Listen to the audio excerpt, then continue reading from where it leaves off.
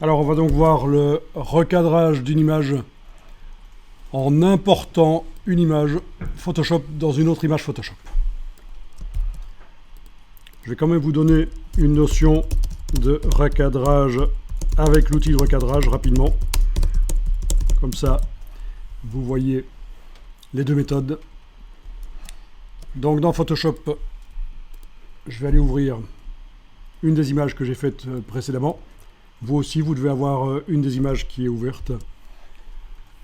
Bon, donc,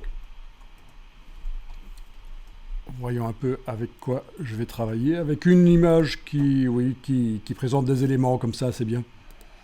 Une image qui présente des éléments, plusieurs éléments. C'est important, quand même, un paysage avec différents éléments. Ce sera plus facile.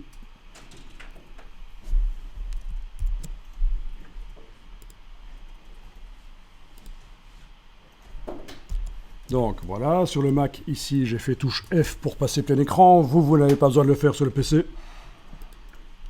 Donc, avant de risquer de bousiller cette image, on va l'enregistrer sous un nouveau nom. Enregistrer sous. Voilà.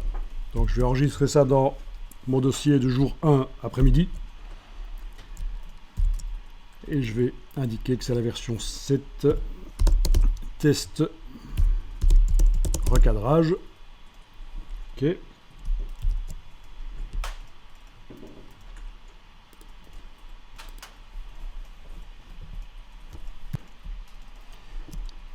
Alors, l'outil de recadrage, il est là. Vous pouvez l'activer. Donc dès que vous l'activez, vous avez des poignées.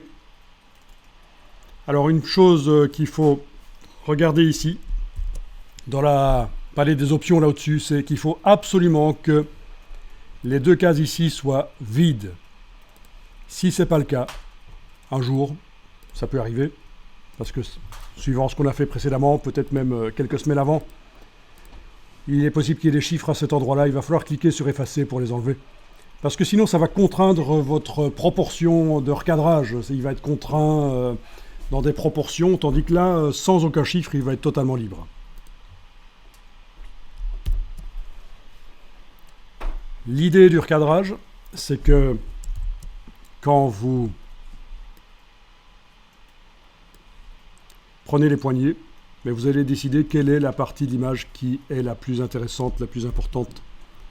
Voilà.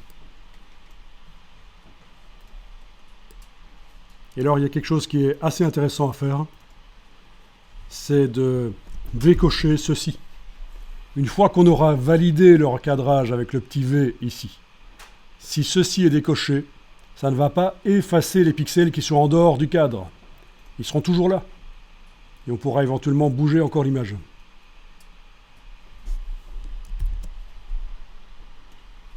Donc jusque là, ça va. Je résume, outil de recadrage sans les chiffres ici.